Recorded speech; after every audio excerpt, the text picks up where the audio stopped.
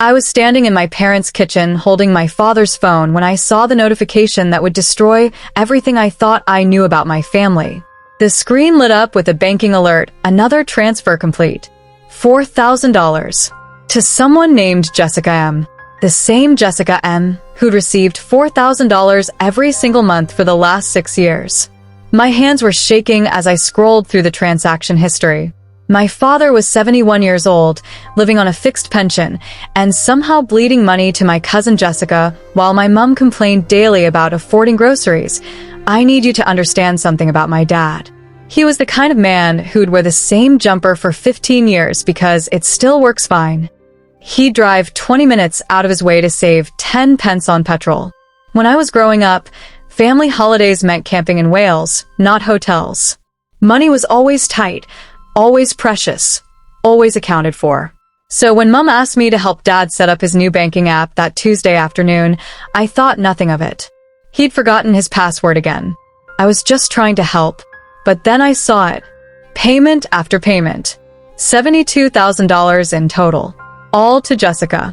I felt my stomach drop as I realized my cousin had been living in that massive house, posting about her self-made success on Instagram while my parents ate Value Brand soup for dinner. Jessica was my Aunt Karen's daughter.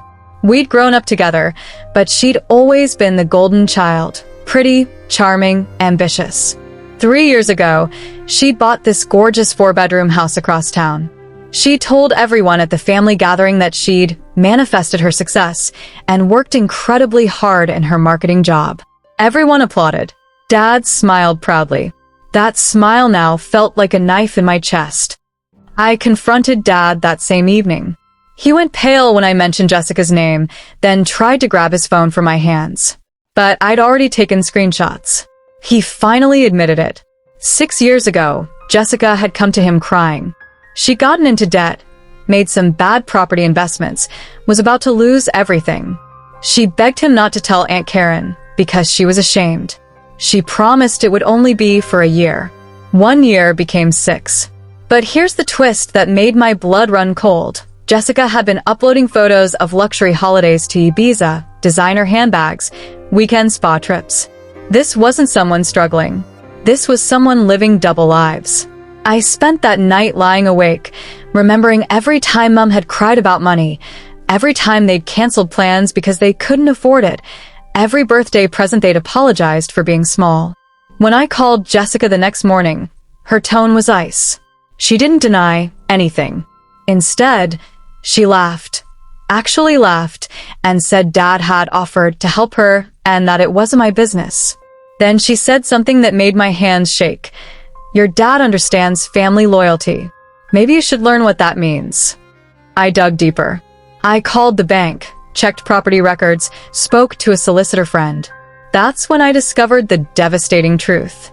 Dad hadn't just been paying Jessica's mortgage. He'd been paying the mortgage on a rental property, one she bought as an investment and was renting out for profit. She was making money off my father's pension while he and Mom struggled to heat their home in winter. The final piece fell into place when I found the emails. Dad had tried to stop the payments 8 months ago. Jessica had responded with a threat. She'd tell the whole family that Dad had stolen money from her late father's estate years ago. A complete lie, but one that would destroy his reputation in our tight-knit family. She'd been blackmailing him with a false narrative. My father, terrified of being branded a thief, had continued paying. I realized then that sometimes the worst betrayals come wrapped in the language of family, disguised as loyalty, delivered with a smile at Sunday dinners.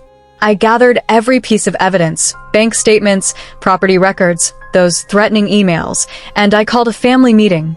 Everyone came. Mom, Aunt Karen, my brother, even Jessica, who showed up thinking she still controlled the narrative. I laid it all out on the dining table. $72,000. The rental property. The threats. The lies. Aunt Karen's face crumbled. Jessica tried to spin it, to make excuses, but the evidence was damning.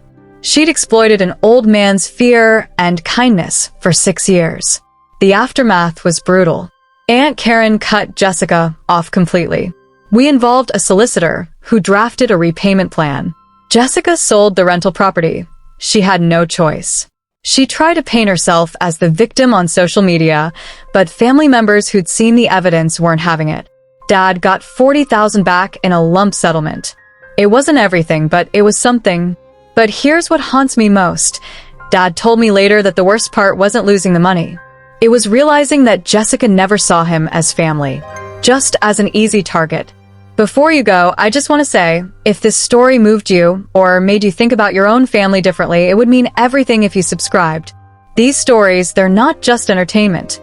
They're reminders to protect the people we love. Now Mom and Dad are careful about who they trust. I check their accounts monthly. And Jessica? She moved to another city, far from the family she destroyed. Sometimes I wonder if she feels any regret. But then I remember her laugh on that phone call, and I realize some people are only capable of taking. That's the thing about family betrayal. It doesn't just break trust. It rewrites history. Every smile, every hug, every I love you becomes a question mark. And you never stop wondering who else might be wearing a mask if you like that story. So more stories are waiting under the telling tree. Don't forget to like, subscribe, and come back for the next one.